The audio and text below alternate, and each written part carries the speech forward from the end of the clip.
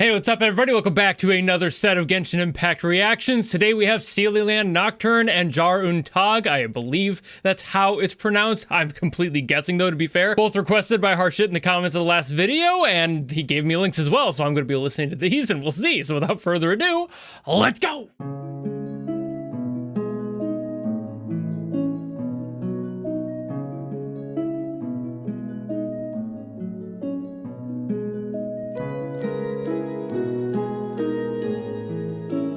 I think this is a Nod Cry album. Not entirely sure anymore. It's not that the song doesn't sound like it. It's just that there are so many albums. It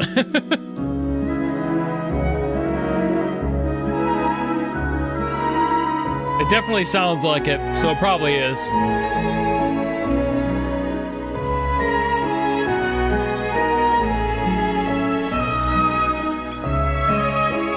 Although this, like, video kind of feels like a very hidden corner of Mondstadt in a way. Just like by the building design.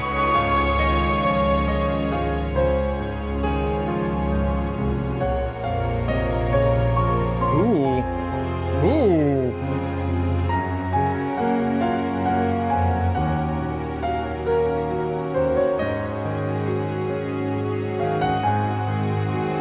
Love that. That's a beautiful melody.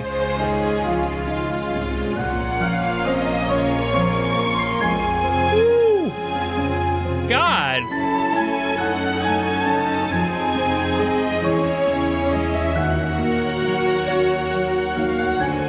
It's a sort of theme that feels like it belongs in a whimsical fantasy film around, like, say the early 2000s kind of had a revival of that.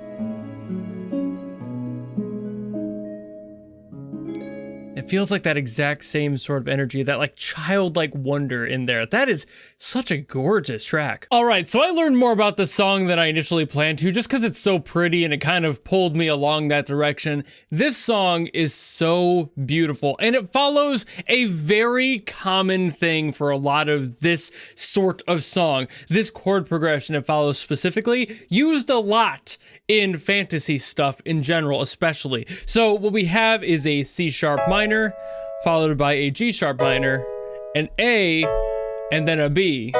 Some of you might recognize this if I just play it alone.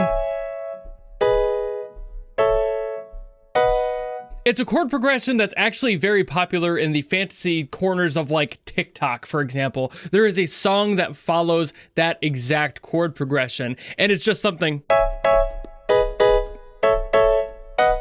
Is just really popular. You know, it works for a lot of things in this genre in general, this sort of vibe that this song goes for.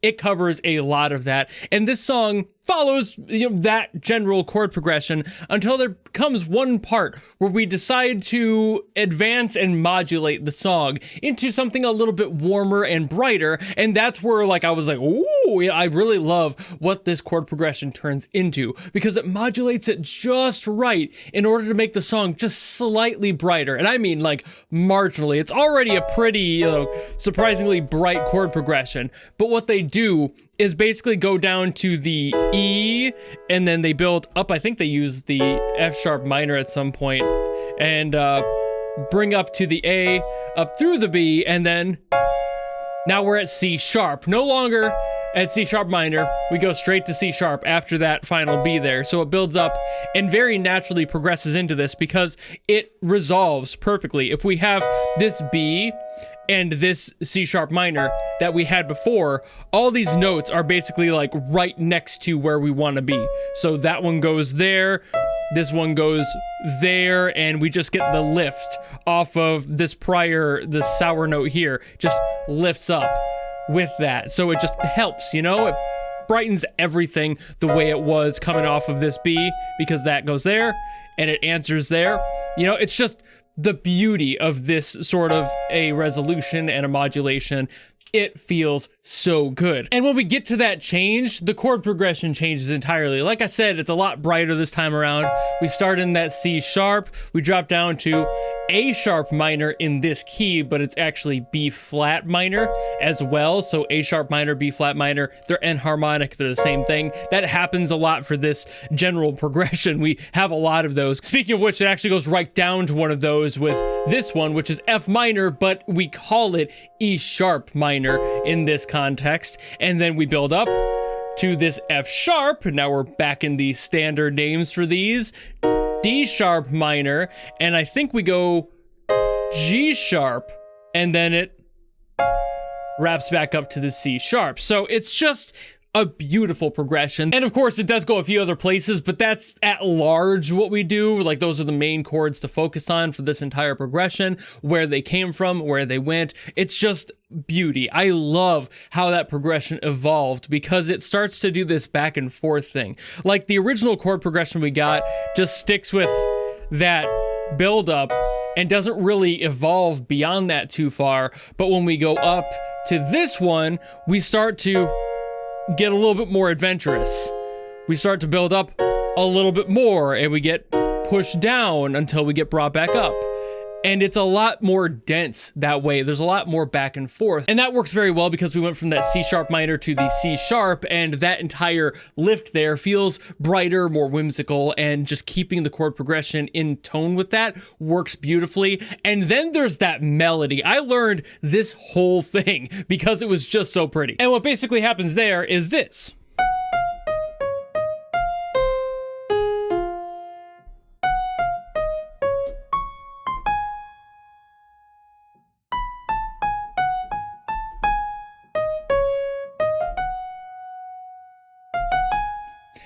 And that's perfect because it starts and lands at this exact same note. It might not seem like that because of what I played started here, but it does, because the note that leads into that section is this lift. It basically changes, it's again, another modulation. It does shift that. That's the part I like. I think that's the best version of that motif, but the prior section to that, that was the very final version of it, was a shift down from that key. I just learned the one. I wasn't going to learn both. Very similar, but also annoying enough that I didn't want to have to deal with it. I just learned my favorite one. Beautiful. Absolutely love that sound. Such a perfect, so especially that. I love that. Fucking poetry in music form. An absolute fucking delight. I absolutely love it with the string supporting it and everything. It just felt so full and natural and, again, organic and beautiful. The perfect sort of sound for what I can assume is a witch's garden, half of the title of this video. So fucking pretty. Just pretty. It's all it is. It's gorgeous. It's beautiful. I love it, and I want to hear the next one now. So I'm going to get to that one. Oh! Well, we got the accordion back. It's been a while since I've heard the accordion here. Ooh. Really playing around with those little, like, incidental flick notes.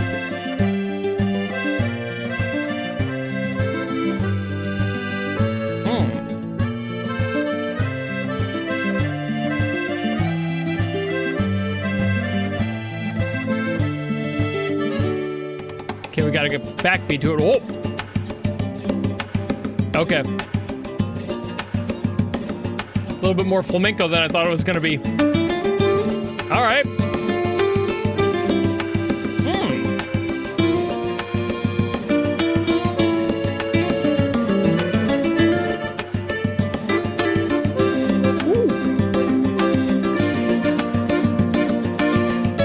Muy al fuego.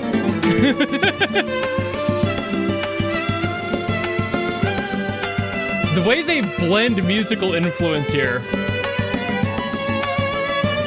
It's a little bit of French, a little bit of Spanish.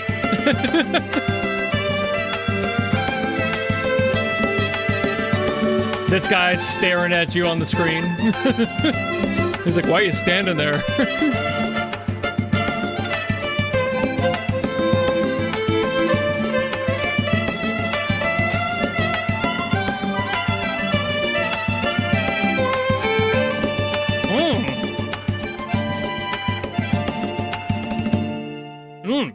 really nice energy on that one. I'm not entirely sure what the context would be for that level of energy.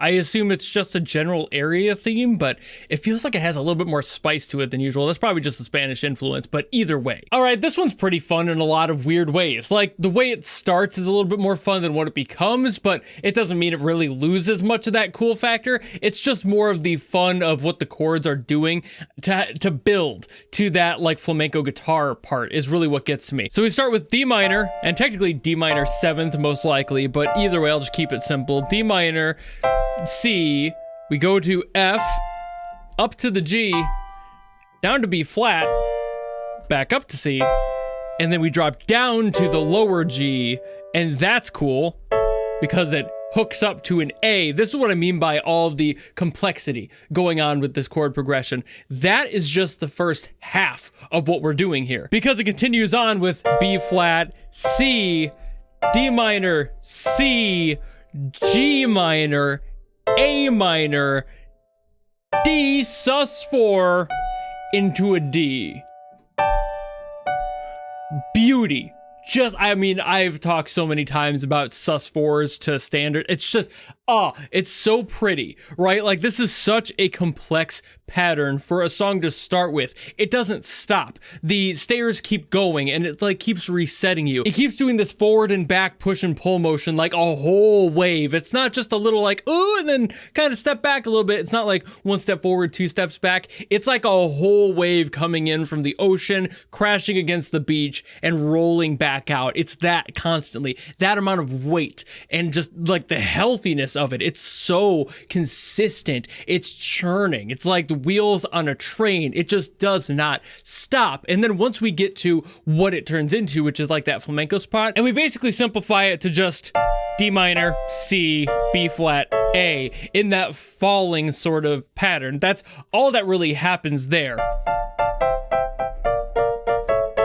We just follow that around a couple more times. It does, of course, drop a little bit and it kind of revisits some of those other chords, but not really any degree of like a major motion of the song. After we get to that part with the flamenco guitar, they kind of just focus on the 4 chords, and that is totally fine, especially because it allows for the soloing of the guitar to be a lot more robust. If you were trying to do all of that movement from the first part of the song with a flamenco guitar, holy shit, the amount of complexity you would have to do, honestly, way too much, and it would be moving around too much. So the simplicity of flamenco is what makes it beautiful, because the soloing, the flavor that brings, the flexibility that the player gets by just having a couple of chords to focus on and being able to vamp throughout those, that's what makes it sound so fun and so energetic. If you had too many chord changes going on, it wouldn't be the same thing anymore. It would still sound cool if you got the right person, but it would just be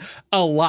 And for a lot of people, that would probably start to be too much information. Hearing all those chord progression changes and everything, all of those complexities would be lost underneath the soloing, which would just be kind of everywhere, you know? You could do it, like I said, but it just does not make more sense to do that than just sticking to the standard like this song does. Changing it up and allowing the song to kind of naturally lean into that new sound once it was introduced. You could have just kept it on the accordion side and had that be there. And again, with a lot of those like incidental things would be very much present there. How those notes are just kind of like bouncing between each other and just hitting neighboring notes. That's going to happen on basically any accordion player. It's kind of part of the aesthetic of the accordion. You're not looking for somebody to hit the keys exactly right, and the accordion kind of works in that favor where you're not expecting it, because it kind of adds to its own personality. Similar to how when jazz players play, they don't try to hit every single note perfectly. They try to play the general idea of the song, obviously, but if they hit something wrong, they turn it into something new and make it work. You can do that basically with anything musical as long as you're careful with it. And the thing with how accordions are physically, it can be hard to keep your fingers on the right notes. Anyone who's ever tried to play one knows how true that is. Even if you don't know how to play piano, or even if you do really know how to play piano, you will not get those notes perfectly lined up. It's just impossibly difficult. You can, but you have to be a lot slower than what this song is doing, and a lot of faster players end up having a little bit of that flubbiness to it, and that's just part of the aesthetic at this point. Either way, it's gorgeous, and I love the energy of it, and that flexibility works a lot better for the accordion because you're allowed to mess up like that. If you were to do that on a flamenco guitar, the dissonance would be so much stronger and so more terrible to the ear. So that's why keeping it more simple for that sort of thing makes a lot more sense in my opinion. But I have been yapping about these for way too long, so I will call it here. Thank you all so very much for watching. If you enjoyed this video and you want me to get to something else, by all means, drop in the comments below and I will do my best as always to get to those. Or if you don't want to do any of that, maybe just want to follow me and support me for more stuff coming in the future, you know how to do all that. And I'll see all of you in the next video. Goodbye!